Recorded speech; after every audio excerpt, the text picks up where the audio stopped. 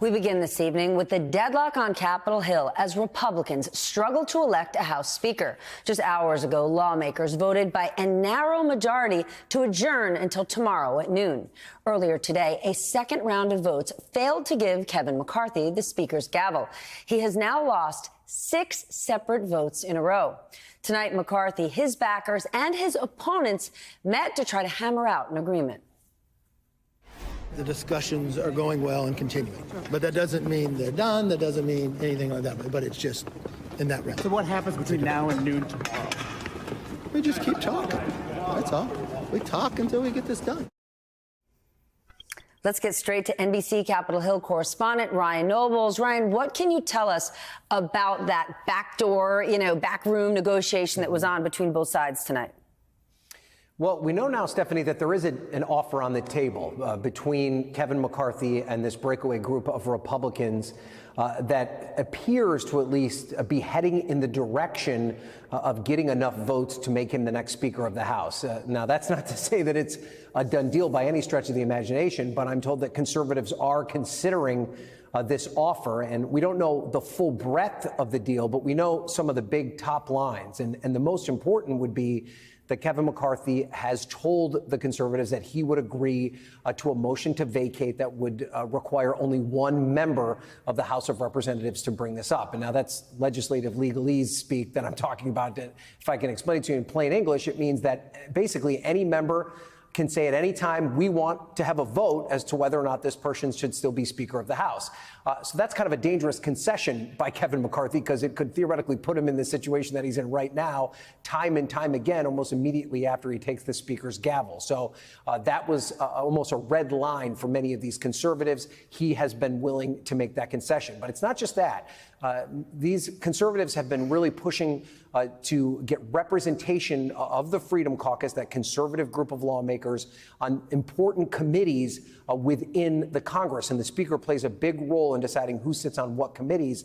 And among the committees I'm told that he's offered an opportunity for these members to sit on is the Rules Committee, which is extremely powerful, decides which pieces of legislation ultimately make it to the floor.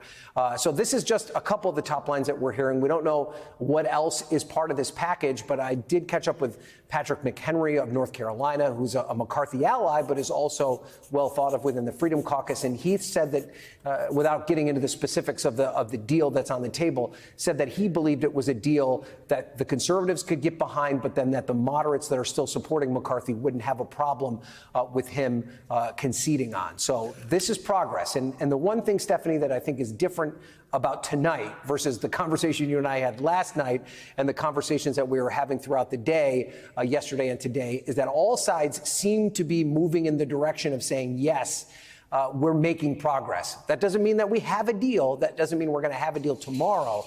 But there is progress being made, which is much different than the conversation we've been having before, which was basically just a standstill staring contest. There's actually some movement now. Yeah, but for the past 48 hours, a number of them have called him a liar. They've called him untrustworthy. Some of them are never Kevins who would never back him, at least 5 of them. They're all just going to roll over? And come Monday, be like, oh, let's do this, buddy. Yeah.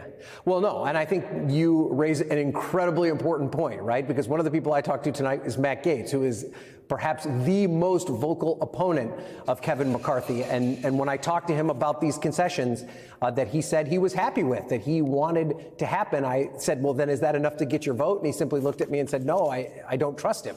Meaning he doesn't trust Kevin McCarthy. It's not enough for him to make this offer, so he doesn't think it's enough. And so, I would have to imagine that Bob Good from Virginia, I haven't talked to him tonight, but he's been somebody who has, been consistently opposed to the idea of Kevin McCarthy as a human being as Speaker of the House, regardless of what concessions he offers. So that has always been his biggest problem.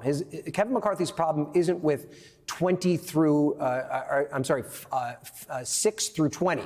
That 6 through 20 group was always malleable. The Chip Roys of the world, there was a discussion that could be had within that group of 6 to 20. His problem has always been 5 and down, those 5 never Kevins. He can't lose 5 votes until he comes up with some sort of magic bullet to solve that never Kevin collection. He's not going to get to 218. Now, is the path through that where he offers them some sort of opportunity to just vote present, so that lowers the threshold and he wins by plurality. That's a possibility. Would that be enough for them? You know, politicians always say they're never going to do something until they actually do it. So I do think that is a possibility, Stephanie.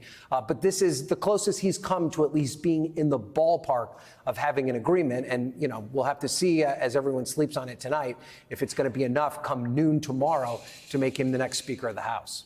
Doesn't matter if it's 5 or 105. If he doesn't get to 218, he's got nothing. Ryan, thank you so much.